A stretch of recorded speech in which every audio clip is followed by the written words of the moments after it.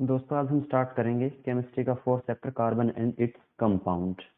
इस चैप्टर में हम सारा कार्बन और उसके कंपाउंड के बारे में पढ़ेंगे। तो देखिए कार्बन की अगर मैं बात करूं तो कार्बन क्या है, एक वर्सेटाइल एलिमेंट है। और अगर मैं इसकी बात करूं तो ये अर्थ क्रस्ट के अंदर हमें दो फॉर्म में मिलता है। फर्स्ट ये हमें मिलेगा कार्बन की फॉर्म में, यानी कि जिसको हम क्या बोल सकते हैं, मिनरल की फॉर्म में। तो अर्थ क्रस्ट के अंदर कार्बन हमें दो फॉर्म में मिलता है। फर्स्ट ये हमें मिलता है मिनरल की फॉर्म में, और दूसरा हमें किस फॉर्म में मिलता है, ये हमें कार्बन डाइऑक्साइड की फॉर्म में मिलता है। इसके अलावा जो कार्बन मोनोऑक्साइड या दूसरी फॉर्म है उसमें बहुत कम अमाउंट में मिलता है, इसलिए मेनली हम दो ही फॉर्म डिस्कस करते हैं, मिनरल की फॉर्म में और कार्बन डाइऑक्साइड की फॉर्म में। अगर आप मिनरल फॉर्म में बात करें तो 0.02%, और अगर आप इसकी बात करें एटमोस्फेयर के अंदर कार्बन डाइऑक्साइड की फॉर्म में तो कितना एग्जिस्ट करता है, 0.03% ही एग्जिस्ट करेगा। इसके अलावा जो भी लिविंग बींग्स हैं वो सारे किससे बने हैं, आपके हाइड्रोकार्बन से ही बने हैं। इसका मतलब सारी लिविंग स्ट्रक्चर है वो भी किसके ऊपर बेस्ड है, कार्बन के ऊपर ही बेस्ड है।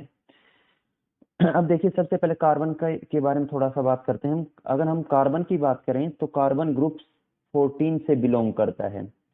ग्रुप 14 का फर्स्ट एलिमेंट है carbon, with atomic number 6 and mass number 12। और अगर आप इसको के और एल सेल में रखते हैं तो के सेल में 2, एल सेल में 4। इसका मतलब इसकी आखिरी शेल में कितने इलेक्ट्रॉन प्रेजेंट है, 4 इलेक्ट्रॉन प्रेजेंट हैं। तो इसको स्टेबिलिटी के लिए, अपना ऑक्टेट पूरा करने के लिए, 8 इलेक्ट्रॉन कंप्लीट करने के लिए कितने इलेक्ट्रॉन की रिक्वायरमेंट है, 4 इलेक्ट्रॉन की रिक्वायरमेंट है। अब देखिए कोई भी एलिमेंट स्टेबल कब होगा, उसके पास या तो वैलेंस शेल में 8 इलेक्ट्रॉन हो, उसका ऑक्टेट कंप्लीट हो, या वैलेंस शेल में 2 इलेक्ट्रॉन हो, उसका डुप्लेट कंप्लीट हो। हम यहाँ पर क्या देखेंगे कि कार्बन को कितने की रिक्वायरमेंट है, 4 की रिक्वायरमेंट है। तो फर्स्ट केस में ले लेता हूं कि कार्बन ने क्या कर दिया, 4 इलेक्ट्रॉन का गेन कर दिया, क्योंकि इसको 4 इलेक्ट्रॉन की रिक्वायरमेंट है। अगर 4 इलेक्ट्रॉन गेन करेगा कार्बन तो उसके ऊपर क्या चार्ज आएगा, C4 नेगेटिव एनायन की वो फॉर्मेशन करेगा। तो देखिए C4 नेगेटिव आयन ये आपका पॉसिबल नहीं है, क्योंकि एक न्यूक्लियस के पास सिर्फ 6 प्रोटॉन है और 10 इलेक्ट्रॉन है।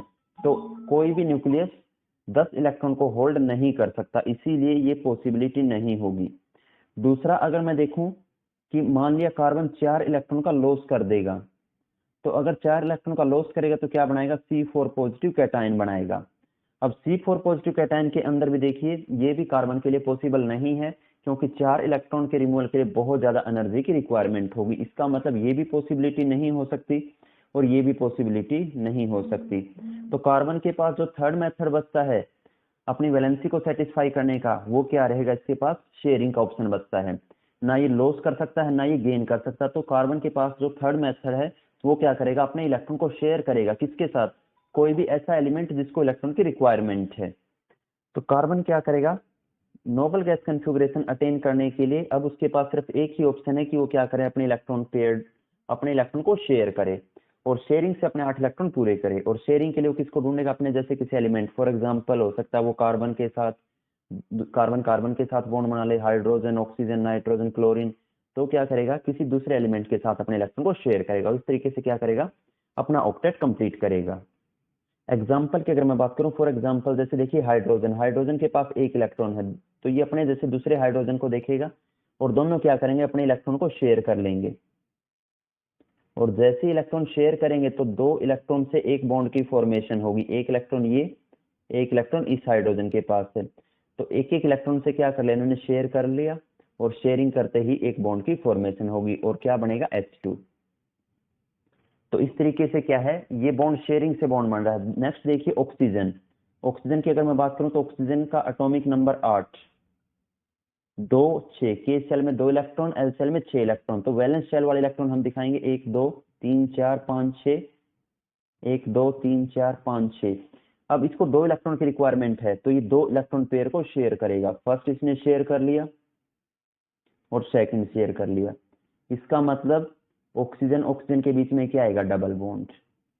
नेक्स्ट अगर आप बात करें नाइट्रोजन, तो नाइट्रोजन का एटॉमिक नंबर 7 2 5, लास्ट शेल में 5 इलेक्ट्रॉन है, 1 2 3 4 5, 1 2 3 4 5। तो नाइट्रोजन को 3 इलेक्ट्रॉन की रिक्वायरमेंट है, तो ये कितने शेयर करेगा, 3 इलेक्ट्रॉन को शेयर कर लेगा।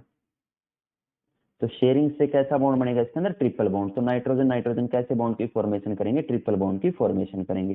तो ये जो सारे बॉन्ड हैं इन सभी बॉन्ड के अंदर क्या हुई है, शेयरिंग ऑफ इलेक्ट्रॉन, और जो बॉन्ड शेयरिंग ऑफ इलेक्ट्रॉन से बनेगा उसको क्या कहा जाता है, कोवेलेंट बॉन्ड हम कहेंगे। तो देखिए आपका हो सकता है शेयर्ड पर इलेक्ट्रॉन एक भी हो, दो भी हो और तीन भी हो, डिपेंड करता है एलिमेंट टू एलिमेंट वेरी करता रहेगा। फॉर एग्जांपल जैसे अगर हम बात करें H2 और CH4 के स्ट्रक्चर में, इसमें से कोई एक बना देता हूँ। फॉर एग्जांपल जैसे H2O के स्ट्रक्चर की अगर हम बात करें तो ऑक्सीजन अभी आपको बताता 6, 1 2 3 4 5 6, हाइड्रोजन, हाइड्रोजन के पास एक एक इलेक्ट्रॉन है तो ये शेयर करेंगे, तो किसकी फॉर्मेशन होगी, H2O की फॉर्मेशन होगी, वाटर की। और इसके पास देखिए 4 इलेक्ट्रॉन अभी भी बचे हुए ऑक्सीजन के पास, तो जो एक्स्ट्रा इलेक्ट्रॉन ऑक्सीजन के पास है उसको कहा जाता है लोन पेयर, और जो इलेक्ट्रॉन बॉन्ड बनाने में यूज हुए हैं उन इलेक्ट्रॉन को हम क्या कहेंगे, बॉन्ड पेयर हम कहेंगे। तो bond formed by the sharing of electron, और जो शेयरिंग से बॉन्ड बना है उसको हम क्या कहेंगे, कोवेलेंट बॉन्ड कहेंगे। जब क्या होगी, म्यूचुअल शेयरिंग, यानी कि दोनों एलिमेंट इलेक्ट्रॉन शेयर करेंगे तो उसको हम क्या कहेंगे, कोवेलेंट बॉन्ड। अब जो भी कोवेलेंटली बॉन्डेड कंपाउंड है उनकी प्रॉपर्टीज की अगर हम बात करें तो उनका क्या है, जनरली लो मेल्टिंग और बॉइलिंग पॉइंट रहेगा, और इसके अलावा कारण क्या है उसका, क्योंकि उनके बीच में जो इंटरमोलिकुलर फोर्स ऑफ अट्रैक्शन है वो वीक है, और अगर अट्रैक्शन वीक है तो अट्रैक्शन को ब्रेक करने के लिए आपको कम हीट सप्लाई करनी पड़ेगी, इसलिए उनका मेल्टिंग और बॉइलिंग पॉइंट क्या रहेगा, लो रहेगा। अगर आप बात करें कंडक्शन की, तो जो भी आपके कोवेलेंटली बॉन्डेड कंपाउंड है वो आयंस की फॉर्मेशन नहीं करते, और अगर आयंस की फॉर्मेशन नहीं करेंगे तो क्या रहेंगे, पुअर कंडक्टर रहेंगे, क्योंकि वो क्या है, कोई भी चार्ज पार्टिकल या फिर आयंस प्रोड्यूस नहीं करते, क्योंकि उनके पास कोई भी आयंस नहीं है, इसीलिए वो क्या है, पुअर कंडक्टर रहेंगे। Next, versatile nature of carbon atom. अब वर्सेटाइल नेचर का मतलब क्या है, देखिए कार्बन के अंदर एक यूनिक टेंडेंसी, सबसे अलग टेंडेंसी है कि कार्बन क्या है, कार्बन के अंदर दो ऐसी खास बातें हैं जिसके कारण वो सबसे अलग एलिमेंट है। फर्स्ट उसके अंदर प्रॉपर्टी कैटिनेशन, और दूसरी है उसके अंदर टेट्रावैलेंसी। कैटिनेशन का मतलब क्या, self linking capacity, carbon carbon के साथ जुड़ सकता है और एक लॉन्ग चेन की फॉर्मेशन कर सकता है, उसको क्या कहा जाता है, कैटिनेशन। और दूसरी उसके अंदर जो खास बात है टेट्रावैलेंसी, यानी कि वैलेंसी 4 होना। इसका मतलब ये है कि कार्बन को अपना ऑक्टेट पूरा करने के लिए 4 बॉन्ड की फॉर्मेशन करनी पड़ेगी, तो उसको क्या कहा जाता है, वो 4 शेयर करेगा अपने इलेक्ट्रॉन पेयर, तो उसको हम क्या कहेंगे, टेट्रावैलेंसी कहेंगे। और टेट्रावैलेंसी के कारण ये क्या, tetravalent in tetrahedral in nature है, और टेट्राहेड्रल नेचर में हर एक जो एंगल होगा वो 109 डिग्री 28 मिनट का एंगल रहेगा, 109 डिग्री 28 मिनट। तो दो प्रॉपर्टी कार्बन के अंदर, कैटिनेशन और टेट्रावैलेंसी। तो कैटिनेशन तो सिंपल क्या है, आपकी कार्बन की कार्बन से बाउंड करने की टेंडेंसी को ही क्या कहा जाता है, कैटिनेशन कहा जाता है। अगर कैटिनेशन की हम बात करें तो सबसे ज्यादा कैटिनेशन किसके अंदर, कार्बन के अंदर है। जैसे हम कार्बन से नीचे सिलिकॉन के पास जाएंगे तो उसमें कैटिनेशन है तो, लेकिन बहुत कम कैटिनेशन वो शो करता है। सिलिकॉन मैक्सिमम 7 या 8 एलिमेंट को अपने साथ बाइंड कर सकता है, क्योंकि सिलिकॉन का साइज बड़ा है। तो कार्बन का साइज छोटा होने का फायदा ये है कि उसका जो बॉन्ड बनता है वो स्मॉल बॉन्ड है और स्ट्रॉन्ग बॉन्ड है, जिसके कारण कार्बन कार्बन एक लंबी चेन बना सकते हैं, और उसी प्रॉपर्टी को हम कैटिनेशन कहेंगे। Next, tetravalency. तो टेट्रावैलेंसी, कार्बन की वैलेंसी क्या है, 4 वैलेंसी को अपना कंप्लीट करता है, और 4 वैलेंसी के लिए वो हो सकता है कार्बन के साथ बाउंड हो या फिर ऑक्सीजन हाइड्रोजन किसी हेटेरो एलिमेंट के साथ भी बाउंड कर सकता है। नेक्स्ट, अगर हम हाइड्रोकार्बन की बात करें तो हाइड्रोकार्बन क्या है, वो कंपाउंड जो किससे मिलके बने हैं, कार्बन हाइड्रोजन और ऑक्सीजन के कंपाउंड को क्या कहा जाता है, हाइड्रोकार्बन हम कहेंगे। वो कंपाउंड जो कार्बन हाइड्रोजन और ऑक्सीजन से मिलके बने हैं उनको क्या कहा जाता है, हाइड्रोकार्बन। तो हाइड्रोकार्बन हमारे पास दो टाइप के हैं, फर्स्ट सैचुरेटेड एंड अनसैचुरेटेड। देखिए सैचुरेटेड हम किसको कहेंगे, सैचुरेटेड हाइड्रोकार्बन, तो वो हाइड्रोकार्बन जिसमें कार्बन कार्बन के बीच में सिंगल बॉन्ड प्रेजेंट है उसको क्या कहा जाता है, सैचुरेटेड हाइड्रोकार्बन। और अगर आप जनरल फॉर्मूला देखें सैचुरेटेड हाइड्रोकार्बन का, तो जनरल फॉर्मूला क्या रहेगा, CnH2n+2। इसका मतलब जितने कार्बन एटम है उसके डबल से 2 ज्यादा आपको हाइड्रोजन मिलेंगे। एग्जाम्पल की अगर मैं बात करूं, for example C3H8, C4H10, C5H12, ये सारे क्या है, सैचुरेटेड हाइड्रोकार्बन हैं। दूसरा हमारे पास है अनसैचुरेटेड हाइड्रोकार्बन। तो अनसैचुरेटेड हाइड्रोकार्बन दो टाइप रहेंगे। अगर अनसैचुरेटेड की हम बात करें तो अनसैचुरेटेड के अंदर दो पार्ट हैं, फर्स्ट पार्ट जिसमें कार्बन कार्बन के बीच में डबल बॉन्ड है, और दूसरा पार्ट जिसमें कार्बन कार्बन के बीच में ट्रिपल बॉन्ड प्रेजेंट है। कार्बन कार्बन, देखिए सबसे पहले कार्बन कार्बन सिंगल बॉन्ड को और क्या कहा जाता है, इसको हम नॉर्मली एल्केन भी बोलते हैं। जिसमें कार्बन कार्बन के बीच में डबल बॉन्ड है उसको एल्कीन कहा जाता है, और जिसमें कार्बन कार्बन के बीच में ट्रिपल बॉन्ड है उसको हम क्या कहेंगे, एल्काइन कहेंगे। सिर्फ डिफरेंस क्या है, लास्ट में वर्ड चेंज है आपका एन, इन और आइन। एग्जाम्पल की अगर मैं बात करूं, फॉर एग्जाम्पल जनरल फॉर्मूला अगर हम इसका देखें तो CnH2n, इसका मतलब जितने कार्बन है उससे एग्जैक्ट डबल आपके क्या रहेंगे, हाइड्रोजन रहेंगे। For example C4H8, C5H10। और अगर एल्काइन के जनरल फॉर्मूला की हम बात करें तो CnH2n-2, यानी कि हर बार आप 2 हाइड्रोजन कम करते चलिए। एल्केन में 2n+2, इसके अंदर 2n और इसमें 2n-2, तो 2n-2 है, इसका मतलब वो एल्काइन है। और अगर एल्काइन की आप बात करें तो फॉर एग्जाम्पल C3H4, यहाँ पर देखिए डबल से 2 कम हाइड्रोजन है, तो इसका मतलब ये क्या है, एल्काइन है। नेक्स्ट अगर हम बात करें इलेक्ट्रॉन डॉट स्ट्रक्चर, किसके केस में, सैचुरेटेड के कंपाउंड के केस में और अनसैचुरेटेड, इथेन के केस में और इथीन के केस में। तो इथेन देखिए नाम से पता चला लास्ट में एन है, इसका मतलब कार्बन कार्बन के बीच में सिंगल बॉन्ड है। तो कार्बन के पास वैलेंस शेल में आपको बता था 4 इलेक्ट्रॉन है, 1 2 3 4, तो 4 इलेक्ट्रॉन को हमने रिप्रेजेंट कर दिया। और जब ये अपने इलेक्ट्रॉन किसके साथ शेयर करेगा, हाइड्रोजन के साथ शेयर करेगा। तो एक एक इलेक्ट्रॉन किसके पास है, हाइड्रोजन के पास है। देखिए फर्स्ट इलेक्ट्रॉन इसने शेयर कर लिया, ये इलेक्ट्रॉन पेयर शेयर करेगा, कार्बन कार्बन के बीच में देखिए एक इलेक्ट्रॉन को शेयर करेगा। तो इस टाइप से किसका इलेक्ट्रॉन डॉट स्ट्रक्चर बनेगा आपका, C2H6, जिसको क्या कहा जाता है, इथेन कहा जाता है। सेम ऐसे ही किसका इलेक्ट्रॉन डॉट स्ट्रक्चर है, इथीन का। बस डिफरेंस ये है इथेन में और इथीन में कि वहां पर जो इलेक्ट्रॉन पेयर हैं जो शेयर रहेंगे कार्बन कार्बन के बीच में, वो 2 पेयर रहेगा। तो इथीन की अगर हम स्ट्रक्चर की बात करें तो यहाँ पर देखिए कार्बन कार्बन,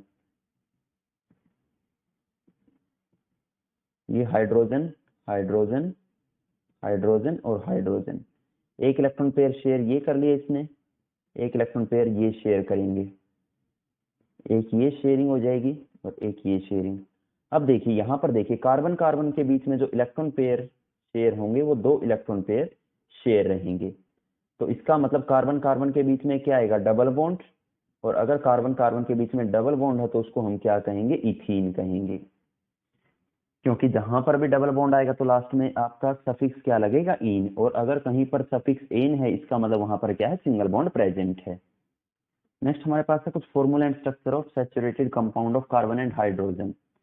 कुछ कंपाउंड के हम फॉर्मूले देखेंगे जो कार्बन हाइड्रोजन से बने। सबसे पहले हम देखेंगे तो नोमेनक्लेचर के अंदर आप एक सिंपल सी बात याद रखिए कि नोमेनक्लेचर सारा किसके ऊपर बेस्ड है। नोमेनक्लेचर के अंदर आप सबसे पहले आप देखिए कि वहां पर आपको प्रीफिक्स गिवन है या नहीं। उसके बाद नेक्स्ट हम देखते हैं कि उसके अंदर वर्ड रूट है या नहीं, वर्ड रूट है वो कितने कार्बन का है। और लास्ट में हम लिखते हैं सफिक्स PWS। इसी के ऊपर सारा नोमेनक्लेचर बेस्ड है। प्रीफिक्स अभी यहाँ पर नहीं आएंगे, अभी सिर्फ हम डायरेक्ट स्टार्ट करेंगे वर्ड रूट से। और वर्ड रूट में आपका एक कार्बन अगर कहीं पर प्रेजेंट है तो उसके लिए हम वर्ड यूज करते हैं मिथ। फॉर एग्जांपल यहाँ पर CH4, तो यहाँ पर एक कार्बन है, एक कार्बन के लिए वर्ड क्या यूज किया जाता है, मिथ।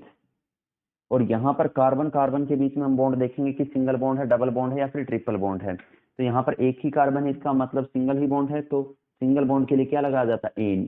तो इसका मतलब नाम क्या रहेगा इसका, मिथेन। दूसरा एग्जांपल देखिए C2H6।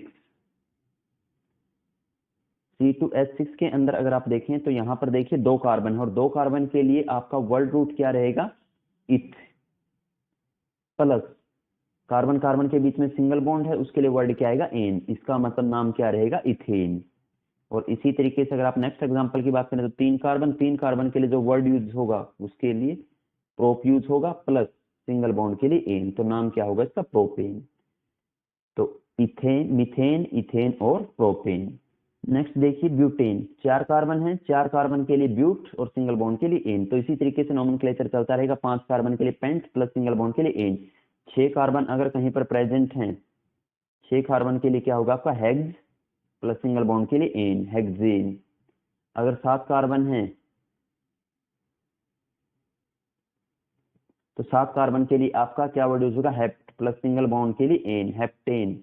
इसी तरीके से ऑक्टेन। इसी तरीके से आपका नोमेनक्लेचर चलेगा। नेक्स्ट देखिए हमारे पास स्ट्रक्चर के बेसिस पर अगर हम हाइड्रोकार्बन की बात करें तो स्ट्रक्चर के बेस पर हाइड्रोकार्बन, देखिए मेरे पास कोई 4 कार्बन का हाइड्रोकार्बन है, तो स्ट्रक्चर के बेस पर हो सकता है वो 4 के 4 कार्बन एक ही लाइन के अंदर अरेंज हों। तो यहाँ पर देखिए सारे कार्बन एक ही लाइन के अंदर है, तो इसको कहा जाता है लीनियर फॉर्म। तो हो सकता है या फिर स्ट्रेट चेन, तो हो सकता है आपके सारे के सारे कार्बन एक स्ट्रेट चेन के अंदर प्रेजेंट हो, तो इनको स्ट्रेट चेन कंपाउंड कहा जाता है।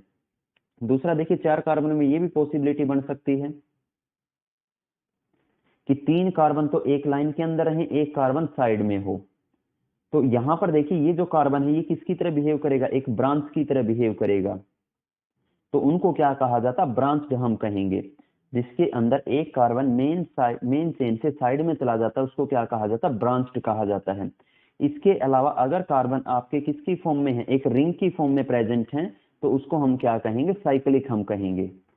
तो साइक्लिक के केस में क्या रहेगा, जब रिंग आपकी क्लोज रहेगी उसको हम क्या कहेंगे, साइक्लिक कंपाउंड हम कहेंगे। यहाँ पर हर जगह पर क्या है, कार्बन है, हर कॉर्नर के ऊपर कार्बन रहेगा आपका। तो कार्बन कार्बन के बीच में अगर सिंगल बॉन्ड है तो ये क्या रहेगा, सैचुरेटेड, और अगर कार्बन कार्बन के बीच में डबल बॉन्ड है तो उसको हम क्या कहेंगे, अनसैचुरेटेड। डबल बॉन्ड क्या रहेगा, अल्टरनेट डबल बॉन्ड रहेगा। तो अगर कार्बन कार्बन के बीच में सिर्फ क्या है आपका एक बॉन्ड प्रेजेंट है तो उसको हम क्या कहेंगे, साइक्लिक सैचुरेटेड, और अगर वहां पर डबल बॉन्ड प्रेजेंट है तो क्या रहेगा, साइक्लिक अनसैचुरेटेड। किसके ऊपर डिपेंड है, वो डिपेंड करेगा आपका कि कार्बन कार्बन के बीच में किस टाइप का बॉन्ड प्रेजेंट है। नेक्स्ट देखिए स्ट्रक्चरल आइसोमर। तो स्ट्रक्चरल आइसोमर किसको कहा जाता है, वो कंपाउंड जिनका क्या हो, आइडेंटिकल मोलिकुलर फॉर्मूला, यानी कि जिनका मोलिकुलर फॉर्मूला क्या हो, सेम, बट जिनकी स्ट्रक्चर डिफरेंट बने। फॉर एग्जांपल जैसे मेरे पास एक कंपाउंड है C4H10, मॉलिकुलर फॉर्मूला इसका क्या, C4H10। तो देखिए एक फॉर्म तो ये बन सकती है कि मैं 4 के 4 कार्बन एक लाइन के अंदर रखूं, स्ट्रेट चेन आइसोमर इसको मैं कहूं। तो यहाँ पर देखिए इसका जो नाम बनेगा, क्योंकि 4 के 4 कार्बन एक लाइन में है, तो इसका हमने अभी नाम देखा था, क्या नाम था, ब्यूटेन। दूसरा देखिए 4 कार्बन को मैं ऐसे अरेंज कर सकता हूं, CH3 CH3 CH3 CH। यहां पर देखिए तो इसके अंदर भी इसका भी जो मोलिकुलर फॉर्मूला है C4H10, क्योंकि 4 कार्बन है, 3 3 6 3 9 और एक 10 हाइड्रोजन है। इसके अंदर भी वही कार्बन है, वही नंबर ऑफ हाइड्रोजन है, लेकिन क्या है, इसकी स्ट्रक्चर डिफरेंट है। तो वो कंपाउंड जिनका क्या है, मोलिकुलर फॉर्मूला सेम है बट जिनकी स्ट्रक्चर डिफरेंट हो, उनको हम क्या कहेंगे, स्ट्रक्चरल आइसोमर हम कहेंगे। नेक्स्ट है hetero atom and functional group. अब देखिए मान लिया मेरे पास CH4 है, इस CH4 के अंदर मैंने हाइड्रोजन को रिमूव करके इसकी जगह कोई दूसरा एलिमेंट अगर मैं लगा देता हूं, या एक से ज्यादा एलिमेंट को मैं रिप्लेस कर देता हूं हाइड्रोजन के साथ, तो वहां पर जो दूसरा एलिमेंट रिप्लेस होगा हाइड्रोजन से उसको मैं क्या कहूंगा, हेटेरो एटम।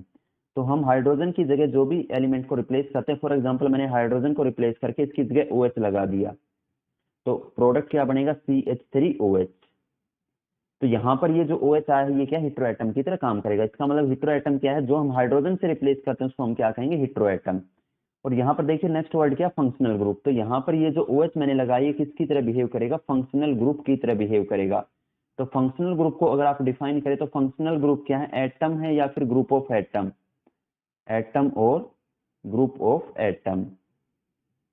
ये एक भी हो सकता है, एक से ज्यादा भी हो सकता है। विच आर रिप्लेस्ड, जो कि आप किससे रिप्लेस करेंगे, हाइड्रोजन से, which are replaced from hydrogen. जो भी हाइड्रोजन से आप रिप्लेस करेंगे उनको क्या कहा जाता है, वो हो सकता है एक भी आप हाइड्रोजन रिप्लेस कर सकते हैं, एक से ज्यादा भी आप रिप्लेस कर सकते हैं, उसको हम क्या कहेंगे, फंक्शनल ग्रुप। और जैसे आप रिप्लेस करेंगे तो याद रखिए जो प्रॉपर्टी है वो सारी उस फंक्शनल ग्रुप के ऊपर डिपेंड करेंगे। फॉर एग्जांपल अगर मैं इस कंपाउंड की बात करूं CH3OH, तो यहाँ पर जो सारी प्रॉपर्टी वो किसके ऊपर डिपेंड करेंगी, इस OH फंक्शनल ग्रुप के ऊपर डिपेंड रहेंगी। तो देखिए हम डिफरेंट फंक्शनल ग्रुप हम रिप्लेस करते हैं। फॉर एग्जाम्पल अगर आपने हाइड्रोजन की जगह क्लोरीन और ब्रोमीन को रिप्लेस किया है, हेलोजन जिसको कहा जाता है, हेलो ग्रुप जिसको हम कहेंगे, अगर आपने हाइड्रोजन की जगह OH को रिप्लेस किया है तो उसको हम क्या कहेंगे, अल्कोहल। और अगर आपने हाइड्रोजन की जगह, हाइड्रोजन को आपने रिप्लेस कर दिया, CH4 का जो हाइड्रोजन था उसको आपने रिप्लेस कर दिया किससे, CHO ग्रुप से, तो क्या बनेगा, CH3CHO। उसको आप क्या कहेंगे, एल्डिहाइड आप कहेंगे। अगर आपने हाइड्रोजन को रिप्लेस कर दिया C डबल बॉन्ड O से तो उसको आप क्या कहेंगे, कीटोन। और अगर आपने रिप्लेस किया है COOH से तो क्या रहेगा, कार्बोक्सिलिक एसिड रहेगा। तो ये फंक्शनल ग्रुप हम डिस्कस करेंगे अब। नेक्स्ट हमारे पास है होमोलोगस सीरीज।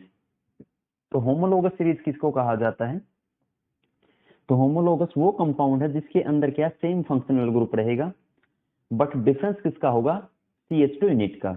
अगर मैं होमोलोगस सीरीज की बात करूं तो क्या रहेगा, वो कंपाउंड जिनके अंदर सेम फंक्शनल ग्रुप है, बट वो डिफर किससे हैं, but differ by CH2 unit. जिनके अंदर एक CH2 यूनिट का डिफरेंस रहेगा उसको हम क्या कहेंगे, होमोलोगस सीरीज कहेंगे। फॉर एग्जांपल जैसे CH3OH C2H5OH। तो देखिए C2H5OH और CH3OH में डिफरेंस सिर्फ किसका है, एक CH2 का डिफरेंस है। फंक्शनल ग्रुप दोनों के अंदर क्या है, OH।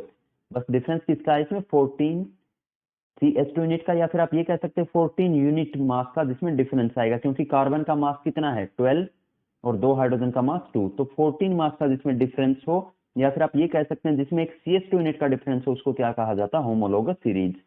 तो ये CH2 यूनिट से या फिर 14 यूनिट से ये क्या होंगे, डिफर होंगे। नेक्स्ट अगर हम बात करें कि प्रॉपर्टीज की, तो केमिकल प्रॉपर्टीज हैं वो मेनली डिपेंड करती फंक्शनल ग्रुप के ऊपर। केमिकल प्रॉपर्टी याद रखिए हमेशा फंक्शनल ग्रुप के ऊपर डिपेंड करेगी, और फंक्शनल ग्रुप क्या है, दोनों में सेम है, OH OH, इसका मतलब केमिकल प्रॉपर्टी क्या रहेंगी, सिमिलर। लेकिन जो फिजिकल प्रॉपर्टी है, फिजिकल प्रॉपर्टी किसके ऊपर डिपेंड करेगी, इस पार्ट के ऊपर, CH3 जो पार्ट है, हाइड्रोकार्बन पार्ट जिसको कहा जाता है, C2H5 पार्ट, इसके ऊपर डिपेंड करेंगी। तो ये पार्ट दोनों में डिफरेंट है, इसका मतलब फिजिकल प्रॉपर्टीज क्या रहेंगे, डिफरेंट। तो होमोलोगस जो कंपाउंड है उनकी केमिकल प्रॉपर्टी क्या है, सिमिलर, बट फिजिकल प्रॉपर्टीज क्या है, डिफरेंट।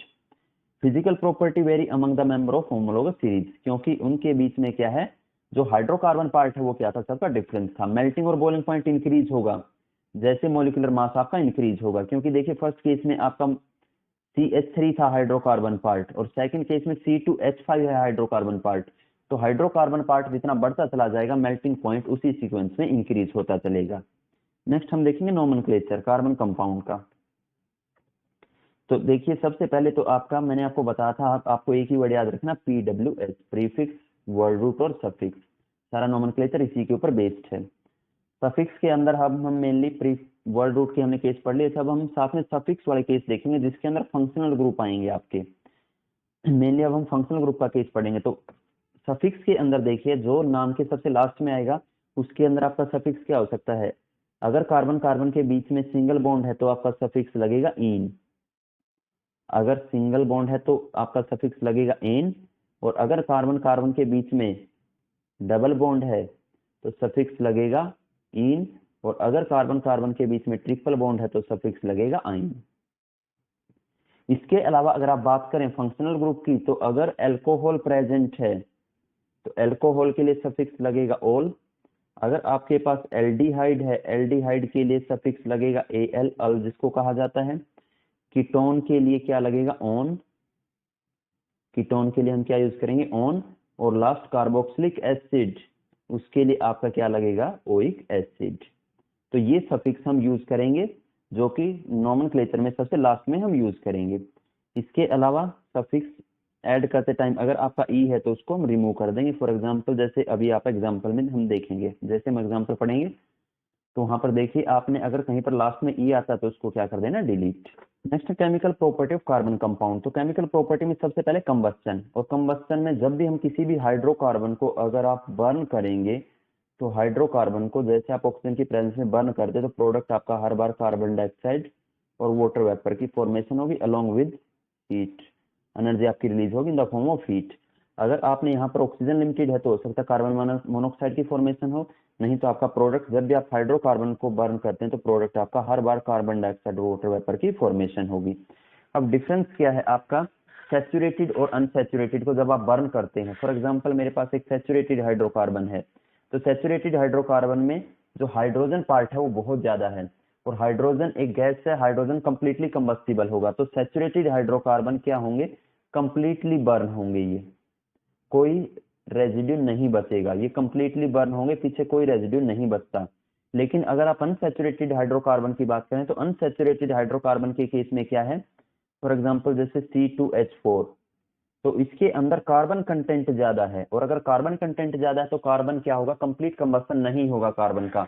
और अगर कार्बन का कंप्लीट कंबस्शन नहीं होगा तो अनसैचुरेटेड हाइड्रोकार्बन के केस में कभी भी कंप्लीट कंबस्शन नहीं होगा, उस केस में ब्लैक स्मोक या फिर ब्लैक सूट की फॉर्मेशन होगी, येलो सूटी फ्लेम वहां पर रिलीज होगी। क्योंकि कंप्लीट कंबस्शन नहीं होगा तो वहां पर येलो फ्लेम जनरेट होगी। और अगर आप बात करें सैचुरेटेड हाइड्रोकार्बन में, वहां पर कंप्लीट कंबस्शन था, तो कंप्लीट कंबस्शन में वहां पर कैसी फ्लेम आपको मिलेगी, ब्लू फ्लेम के साथ वो बर्न होंगे। तो सैचुरेटेड हाइड्रोकार्बन ब्लू फ्लेम के साथ जलते हैं, लेकिन अनसैचुरेटेड हाइड्रोकार्बन ब्लैक स्मोक के साथ क्या होंगे, वो बर्न होंगे। पढ़ेंगे ऑक्सीडेशन रिएक्शन। तो ऑक्सीडेशन रिएक्शन में देखिए हम यूज करेंगे एल्केलाइन KMnO4 या फिर एसिडिफाइड K2Cr2O7 पोटेशियम डाइक्रोमेट, ये ऑक्सीडाइजिंग एजेंट हैं। तो देखिए जैसे ही रिएक्शन प्रोसीड करेगी तो मेरे पास इथेनॉल है CH3CH2OH। तो जैसे ही मैं रिएक्शन करवाऊंगा, दोनों रिएजेंट आपको गिवन है एल्केलाइन KMnO4 या फिर एसिडिफाइड K2Cr2O7। देखिए ऑक्सीडेशन, ऑक्सीडेशन का मतलब क्या, रिमूवल ऑफ हाइड्रोजन और एडिशन ऑफ ऑक्सीजन। तो यहाँ पर ये दोनों रिएजेंट लिए गए हैं, ये क्या करेंगे, नेसेंट ऑक्सीजन सप्लाई करेंगे। ये क्या सप्लाई करेंगे, नेसेंट ऑक्सीजन। तो यहाँ से देखिए अब CH2 को मैं इस फॉर्म में लिख लेता हूँ, CH और H, CH और H। तो यहाँ से देखिए हाइड्रोजन यहाँ से, दो हाइड्रोजन यहाँ से और एक ऑक्सीजन यहाँ से, तो किसकी फॉर्मेशन होगी, H2O प्लस। अब यहाँ से देखिए हमारे पास क्या बचा हुआ है, CH3, एक कार्बन हमारे पास ये रहा C, उसके बाद एक ऑक्सीजन यहाँ से बची हुई थी O, और हमारे पास ये क्या था, OH, CH3COOH।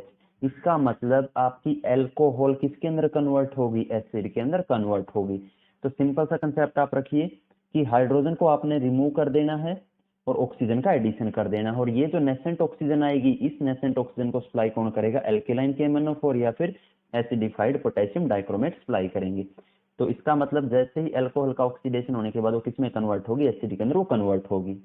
Next addition reaction. तो एडिशन रिएक्शन कौन शो करता है, अनसैचुरेटेड हाइड्रोकार्बन इस रिएक्शन को शो करेंगे। और अनसैचुरेटेड हाइड्रोकार्बन किसके अंदर कन्वर्ट होंगे, सैचुरेटेड हाइड्रोकार्बन के अंदर कन्वर्ट होंगे। और यहाँ पर जनरल कोई भी ग्रुप हो सकता है, हमने जनरल रिएक्शंस ली है। जो रिएक्शंस होगी उस रिएक्शंस को कहा जाता है हाइड्रोजिनेशन रिएक्शन। ये कौन सी रिएक्शन है, हाइड्रोजिनेशन रिएक्शन इसको हम कहेंगे। इसका यूज किया जाता है वेजिटेबल ऑयल को वेजिटेबल घी में कन्वर्ट करने के लिए। तो वेजिटेबल ऑयल क्या है, आपका एक हाइड्रोकार्बन है, अनसैचुरेटेड हाइड्रोकार्बन है। जब हम इसके अंदर से हाइड्रोजन गैस पास करेंगे, किसकी प्रेजेंस में, in the presence of nickel आप ले सकते हैं, मेनली निकिल यूज किया जा सकता है, या फिर प्लेटिनम हम यूज करते हैं, या फिर पैलेडियम का हम यूज करते हैं। तो मेन आप कैटलिस्ट किसका यूज करते हैं, निकिल कैटलिस्ट का आप यूज करते हैं। तो जैसे रिएक्शन होगी निकिल की प्रेजेंस में हो सकती है रिएक्शन, या फिर प्लेटिनम की प्रेजेंस में, या फिर पैलेडियम की प्रेजेंस में। तो एडिशन होगा सिंपल, और एडिशन के अंदर क्या होगा, डबल बॉन्ड कन्वर्ट होगा सिंगल बॉन्ड के अंदर। तो जैसे आपकी रिएक्शन होगी तो हाइड्रोजन हाइड्रोजन आर ग्रुप, ये आर ग्रुप, और ये आपका आर ग्रुप। तो अनसैचुरेटेड कंपाउंड किसके अंदर कन्वर्ट होगा, सैचुरेटेड कंपाउंड के अंदर कन्वर्ट होगा। और यही सैचुरेटेड कंपाउंड क्या है, वेजिटेबल घी है। तो वेजिटेबल ऑयल को वेजिटेबल घी में कन्वर्ट करने के लिए हम एडिशन रिएक्शन का यूज करेंगे, या फिर इसके अलावा इस रिएक्शन को क्या कहा जाता है, हाइड्रोजिनेशन रिएक्शन भी कहा जाता है। तो हाइड्रोजिनेशन का मतलब क्या, एडिशन ऑफ हाइड्रोजन। तो हाइड्रोजिनेशन रिएक्शन भी इसको हम कह सकते हैं। तो हाइड्रोजिनेशन रिएक्शन का वो पूछ लेता है कि कहाँ पर यूज है, तो हाइड्रोजिनेशन रिएक्शन का यूज कहाँ पर है, वेजिटेबल ऑयल को वेजिटेबल घी में कन्वर्ट करने के लिए हम जिस रिएक्शन का यूज करेंगे उसको हाइड्रोजिनेशन रिएक्शन हम कहेंगे। तो सैचुरेटेड फैटी एसिड वो क्या थे, हार्मफुल थे, तो हम उनको किस में कन्वर्ट कर देते हैं, oils with unsaturated fatty acid, ठीक है, जो कि हम कुकिंग वगैरह के लिए यूज करते हैं। Next substitution reaction. तो सब्स्टिट्यूशन नाम से हमें पता चलता है कि सब्स्टिट्यूट कर देना, यानी कि हम इसके अंदर क्या करेंगे, एक एटम को हम बाहर निकालेंगे, उसकी जगह हम दूसरे एटम से रिप्लेस कर देंगे, सब्स्टिट्यूट कर देंगे। फॉर एग्जांपल जैसे मेरे पास CH4 है, तो CH4 को मैंने इस तरीके से लिख लिया CH3 और H। तो जैसे ही मैं Cl2 के साथ रिएक्शन करवाऊंगा तो एक H बाहर, उसकी जगह क्लोरीन अंदर। तो यहाँ पर देखिए क्या हुआ, सिंपल सब्स्टिट्यूशन, यानी कि एक एटम क्या गया है बाहर, उसकी जगह दूसरा हाइड्रोजन बाहर गया है, उसकी जगह क्या आएगा, क्लोरीन। तो यहाँ से H और Cl मिलके किसकी फॉर्मेशन कर देंगे, HCl की। तो प्रोडक्ट आपके पास क्या बनेगा, CH3Cl प्लस HCl। तो वो रिएक्शन जिसमें हम क्या करते हैं, किसी भी हाइड्रोजन को हम रिप्लेस कर देते हैं किसी दूसरे एटम से या ग्रुप ऑफ एटम से, उसको हम क्या कहेंगे, सब्स्टिट्यूशन रिएक्शन हम कहेंगे। ये रिएक्शंस अगर आप फर्दर फिर रिएक्शंस करवाते हैं Cl2 के साथ, तो दोबारा किसकी फॉर्मेशन कर देगा, एक हाइड्रोजन फिर रिप्लेस होगा, CH2 Cl2 प्लस HCl। अगर नेक्स्ट फिर आप रिएक्शंस करवाते हैं इसकी Cl2 के साथ, फिर एक हाइड्रोजन कम कर दीजिए, CH3 प्लस HCl। और लास्ट में अगर आप रिएक्शंस करवाते हैं तो लास्ट में रिएक्शन किसके ऊपर जाके रुकेगी, CCl4 प्लस HCl। लास्ट में कार्बन टेट्राक्लोराइड की फॉर्मेशन होगी। तो बड़ा सिंपल सा कंसेप्ट है, आप हाइड्रोजन को बाहर करते जाइए और उसकी जगह क्लोरीन को लगाते चले जाइए। इसमें क्या है, एक एटम दूसरे एटम से सब्स्टिट्यूट होगा। तो वो रिएक्शन जिसमें एक एटम दूसरे एटम को सब्स्टिट्यूट कर दे उसको सब्स्टिट्यूशन रिएक्शन हम कहेंगे। नेक्स्ट हम पढ़ेंगे कुछ कार्बन के जो इंपॉर्टेंट कंपाउंड है, इथेनॉल और इथेनोइक एसिड, दो हमने कंपाउंड पढ़ने। इथेनॉल, सबसे पहले हम इथेनॉल की बात करते हैं। तो इथेनॉल की ये कुछ फिजिकल प्रॉपर्टीज हैं। बॉइलिंग पॉइंट इसका 351 केल्विन और मेल्टिंग पॉइंट 156 केल्विन। और अगर आप बात करें वाटर में सोलिबिलिटी की, तो इथेनॉल सोल्यूबल है, हाईली सोल्यूबल है इन वाटर। सोल्यूबल किसके कारण है, H बॉन्डिंग, हाइड्रोजन बॉन्डिंग के कारण ये सोल्यूबल है। हाइड्रोजन बॉन्डिंग के कारण ये वाटर के अंदर डिजोल्व हो जाता है। और कैसा टेस्ट है इसका, बर्निंग टेस्ट रहेगा। अगर डाइल्यूट इथेनॉल है, ठीक है, इसका अगर हम कंजप्शन करते तो वो क्या है, हमारी सेहत के लिए बहुत हार्मफुल है, ठीक है। और जो आपकी प्योर अल्कोहल है, जिसको एब्सोल्यूट अल्कोहल कहा जाता है, वो क्या है, इथल लीथल है, जानलेवा है। नेक्स्ट हम केमिकल प्रॉपर्टीज डिस्कस करेंगे इथेनॉल की। तो फर्स्ट देखिए, ethanol react with sodium to form sodium ethoxide and hydrogen. First reaction की अगर हम बात करें तो मेरे पास इथेनॉल है C2H5OH। अब जैसे ही हम इसकी मेटल के साथ, सोडियम मेटल के साथ रिएक्शंस करवाते हैं, तो यहाँ से देखिए OH बॉन्ड ब्रेक होगा। अब एक इथेनॉल के मॉलिक्यूल से एक H निकलेगा यहाँ पर। तो दो मॉलिक्यूल हमने लिए हैं, तो यहाँ पर H और H मिलके किसकी फॉर्मेशन कर देंगे, H2 हाइड्रोजन की फॉर्मेशन कर देंगे।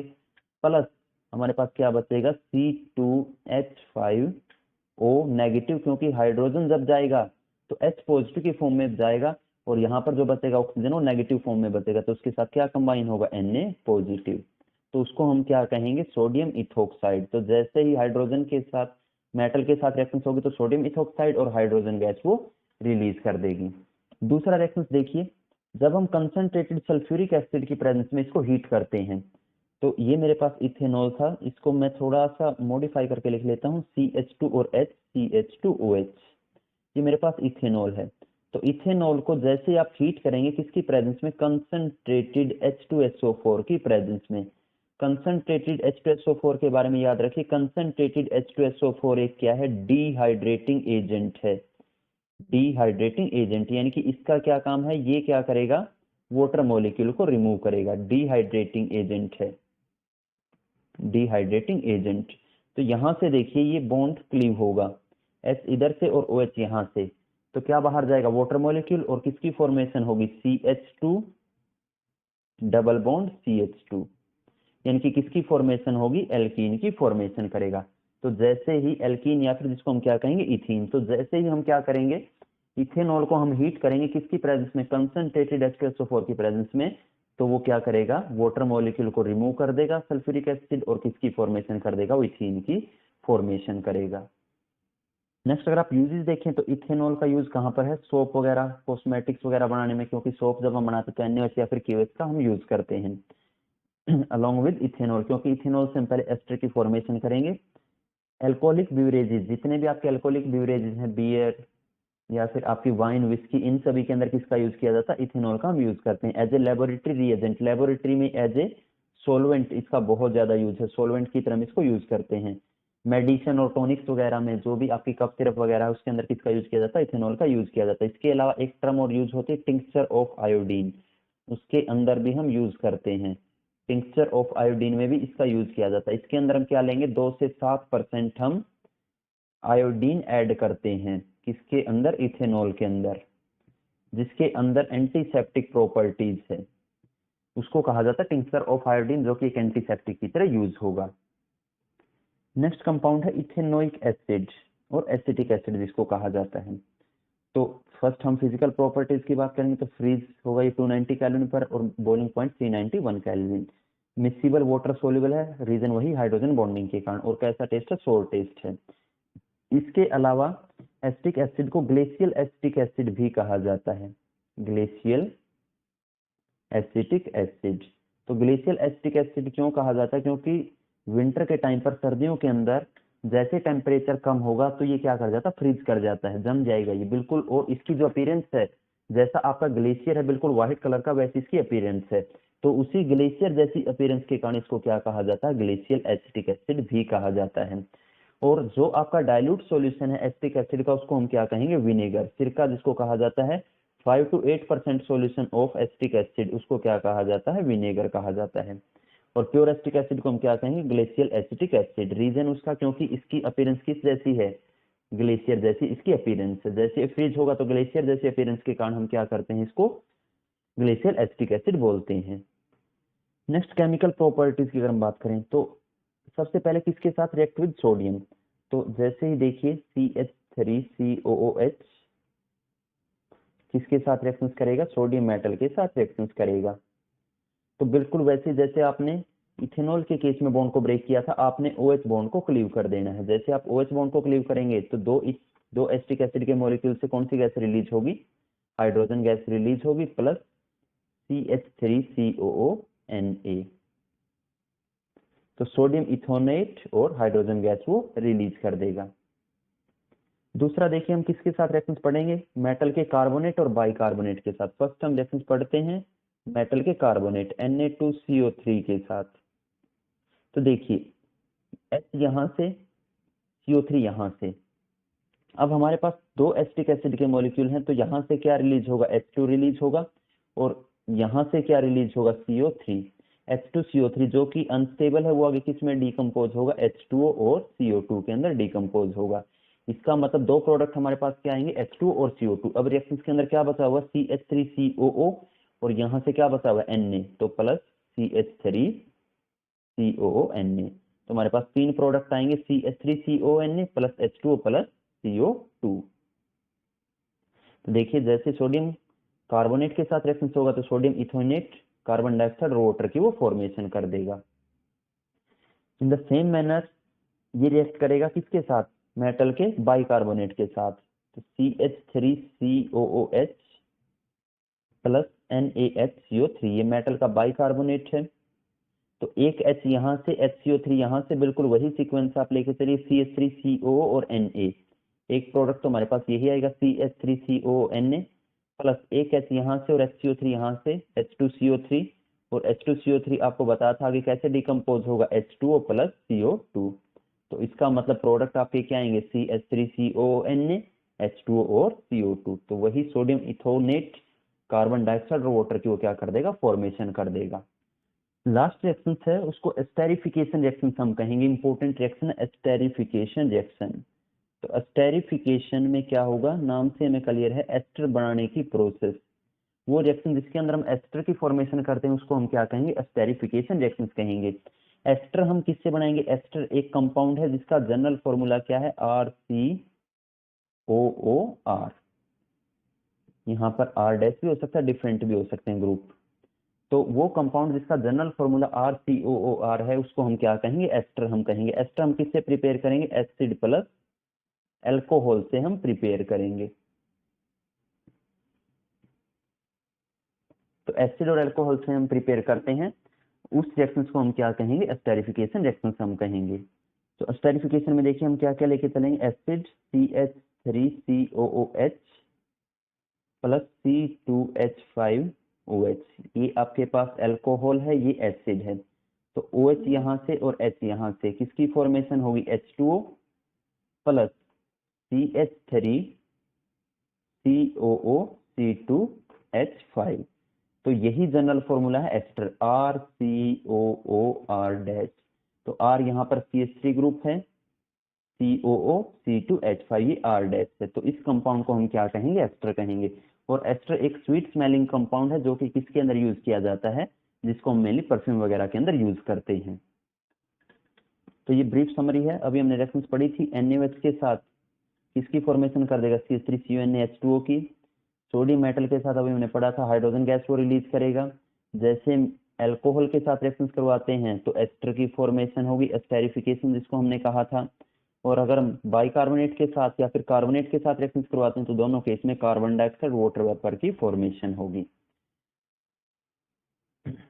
नेक्स्ट हमें वही एस्टेरिफिकेशन ही दी है, तो एस्टेरिफिकेशन क्या होगा, एस्टर बनाने की जो प्रोसेस है, इसमें अल्कोहल रिएक्ट करेगी किसकी प्रेजेंस में, कंसंट्रेटेड सल्फ्यूरिक एसिड की प्रेजेंस में, क्योंकि जो वाटर मॉलिक्यूल हमने रिएक्शंस के अंदर रिमूव किया था वो किसकी प्रेजेंस में होगा, सल्फ्यूरिक एसिड की प्रेजेंस में। तो कार्बोक्सिलिक एसिड और अल्कोहल जब रिएक्ट करती है इन the presence of concentrated sulphuric acid, तो जो स्वीट स्मेलिंग कंपाउंड बनेगा उसको हम क्या कहेंगे, एस्टर, और प्रोसेस का क्या नाम था, एस्टेरिफिकेशन था। नेक्स्ट देखिए, जैसे हम एस्टर को प्रिपेयर कर लेते हैं तो उसके बाद हम क्या करते हैं, एस्टर से हम दोबारा सोप की फॉर्मेशन कर सकते हैं जिसको सपोनिफिकेशन रिएक्शन कहा जाता है। तो एस्टेरिफिकेशन से नेक्स्ट रिएक्शन हमारी क्या, सपोनिफिकेशन रिएक्शन। सपोनिफिकेशन देखिए नाम से ही हमें पता चला, सपोनिफिकेशन मींस सोप बनाने की जो प्रोसेस है जिसके अंदर हम क्या करेंगे, सोप की फॉर्मेशन करेंगे। और सोप के अंदर हम बेसिक हाइड्रोलिसिस करेंगे, बेसिक हाइड्रोलिसिस हम बेस के साथ रिएक्शन करवाएंगे एस्टर का।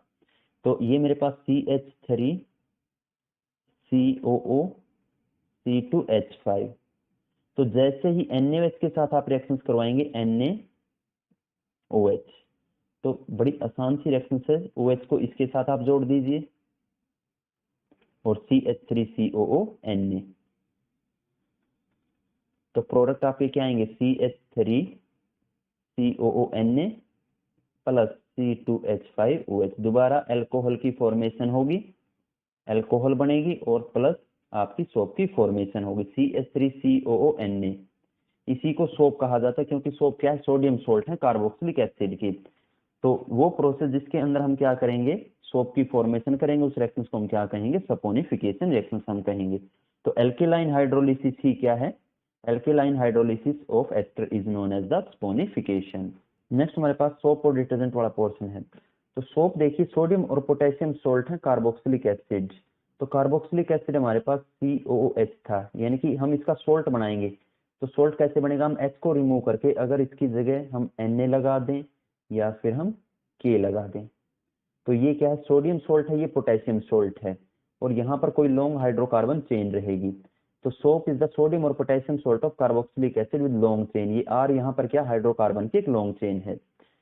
जो सोप है वो सिर्फ इफेक्टिव सोप सिर्फ काम करता सॉफ्ट वाटर के अंदर, हार्ड वाटर के अंदर सोप काम नहीं करती। हार्ड वाटर वो वाटर है जिसके अंदर क्या होगा आपका, हार्ड वाटर के अंदर जिसके अंदर क्या हो, आपके कैल्शियम और मैग्नीशियम मेटल के अगर कहीं पर बाइकार्बोनेट प्रेजेंट है या फिर सल्फेट अगर प्रेजेंट है और या फिर क्लोराइड अगर प्रेजेंट है वाटर के अंदर, ये तीन आयन अगर प्रेजेंट है कैल्शियम और मैग्नीशियम के, फॉर एग्जांपल कैल्शियम क्लोराइड या magnesium chloride, calcium sulphate, magnesium sulphate, chloride और सल्फेट के कारण हमेशा परमानेंट हार्डनेस होगी, वाटर परमानेंटली हार्ड होगा।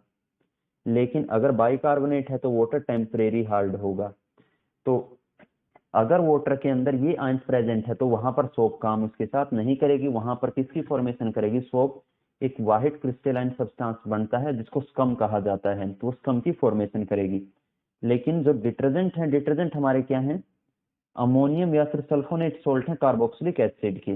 ये डिफरेंस ये है कि सोप और डिटर्जेंट को अगर हम कंपेयर करें तो सोप और डिटर्जेंट में डिटर्जेंट दोनों में ही काम कर लेता है, हार्ड वाटर में भी और सॉफ्ट वाटर में भी, लेकिन सोप की लिमिटेशन है वो हार्ड वाटर में काम नहीं करेगी। दूसरा अगर हम क्लींजिंग एक्शन की बात करें तो सोप का जो क्लींजिंग एक्शन है वो थोड़ा सा कम है एज कम्पेयर टू डिटर्जेंट। लेकिन अगर आप इफेक्टिवनेस की बात करें, और दूसरा जो सोप है आपका वो क्या है, आपकी बायोडिग्रेडेबल इन नेचर है, जल्दी डिकम्पोज हो जाएगी, तो एनवायरमेंट फ्रेंडली है। लेकिन जो डिटर्जेंट है, डिटर्जेंट को डिकम्पोज होने में एक लंबा टाइम लगेगा, इसीलिए वो क्या है, एनवायरमेंट फ्रेंडली नहीं है। Next structure of soap, soap की हम स्ट्रक्चर देखेंगे। तो मैं सोप का एक एग्जांपल लेके चलता हूँ, C17H35 COO negative Na positive. तो यहाँ पर देखिए इस पार्ट को क्या कहा जाता है, इस पार्ट को कहा जाता है हेड पार्ट और इस पार्ट को कहा जाता है टेल पार्ट। जो भी हाइड्रोकार्बन पार्ट है उसको टेल पार्ट कहा जाता है, और जो भी आपका पॉजिटिव नेगेटिव यानी कि जो चार्ज्ड ग्रुप है उसको क्या कहा जाता है, हेड पार्ट कहा जाता है। और नॉर्मली हम ये 17 कार्बन है इसको किसकी फॉर्म में रिप्रेजेंट करते हैं, हम ऐसे चेन की फॉर्म में रिप्रेजेंट करते हैं। और ये आपका COO नेगेटिव पार्ट है जिसको हेड पार्ट कहा जाता है, और ये आपका टेल पार्ट है। सोप के अंदर दो पार्ट है, हेड और टेल पार्ट। अब देखिए हेड पार्ट के अंदर नेगेटिव और पॉजिटिव, इसका मतलब ये पार्ट क्या है, पोलर है। और वाटर के अंदर भी देखिए ऑक्सीजन हाइड्रोजन, ऑक्सीजन के ऊपर नेगेटिव चार्ज, हाइड्रोजन के ऊपर पॉजिटिव चार्ज, तो वाटर भी क्या है, पोलर। तो दोनों क्या है, टेल पार्ट हेड पार्ट है वो भी पोलर है, और वाटर वो भी पोलर है। इसका मतलब दोनों का सेम बिहेवियर है, और पोलर पोलर एक दूसरे को अट्रैक्ट करते हैं। तो हेड पार्ट पानी की तरफ जाएगा, वाटर की तरफ अट्रैक्ट होगा, इसीलिए आयनिक एंड को कहा जाता है हाइड्रोफिलिक। यहाँ पर हाइड्रो मीन्स वाटर और फिलिक मीन्स लविंग, यानी कि वाटर लविंग पार्ट, क्योंकि आपको बताया है दोनों ही पोलर इन नेचर हैं। दूसरा देखिए टेल पार्ट, टेल पार्ट आपकी नॉन पोलर है, और वाटर क्या है, पोलर। तो पोलर नॉन पोलर एक दूसरे के साथ इंटरेक्शन नहीं होगी। अगर इंटरेक्शन नहीं होगी तो ये जो पार्ट है पानी से दूर जाएगा, इसलिए इसको कहा जाता है हाइड्रोफोबिक।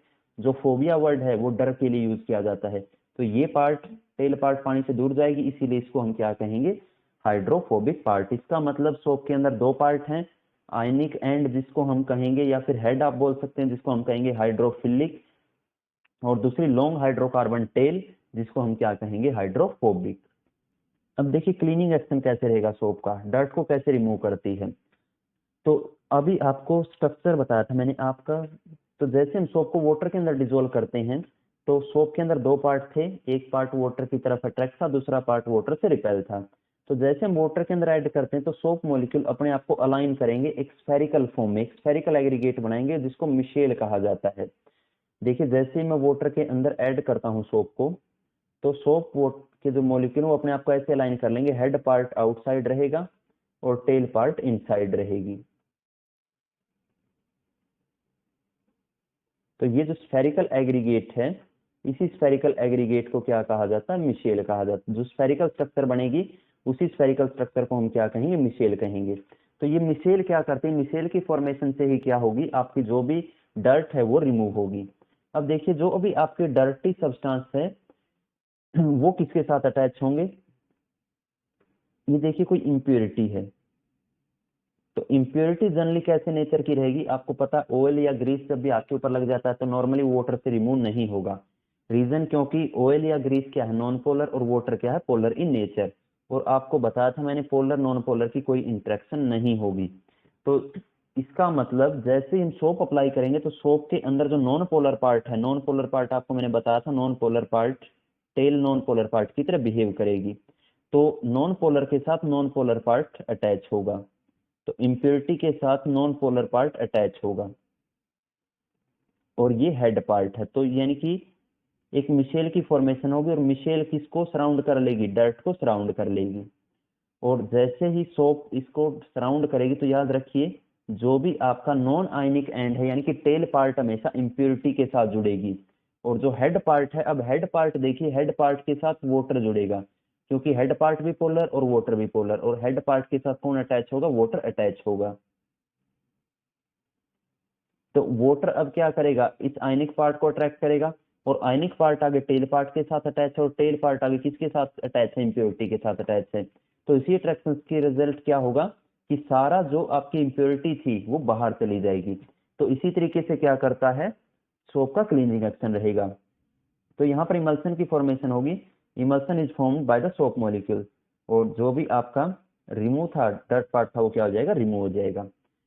नेक्स्ट एक टर्म है स्कम। तो स्कम क्या था, जब भी हम मैग्नीशियम और अगर कैल्शियम के सोल्ट प्रेजेंट हैं, तो जैसे ही हम उस वाटर के अंदर सोप को अप्लाई करेंगे तो वहां पर एक सॉलिड सब्सटेंस की फॉर्मेशन होगी जिसको स्कम कहा जाता है। तो देखिए सोप मॉलिक्यूल C17H35 COONA, जैसे ही हार्ड वाटर के साथ रिएक्ट करेगी, हार्ड वाटर में क्या हो सकता है, आपको मैंने आयन बताए थे, मैग्नीशियम क्लोराइड या मैग्नीशियम सल्फेट, या कैल्शियम क्लोराइड या कैल्शियम सल्फेट। मान लिया यहाँ पर मैग्नीशियम सल्फेट प्रेजेंट है, तो यहाँ से क्या होगा, देखिए किसकी फॉर्मेशन होगी, स्कम की फॉर्मेशन होगी। सोप जैसे इसके साथ रिएक्ट करेगी वाटर के साथ जिसके अंदर मैग्नीशियम सल्फेट प्रेजेंट है जो कि हार्डनेस पोज करेगा, तो किसकी फॉर्मेशन होगी, C17H35 COO whole twice Mg।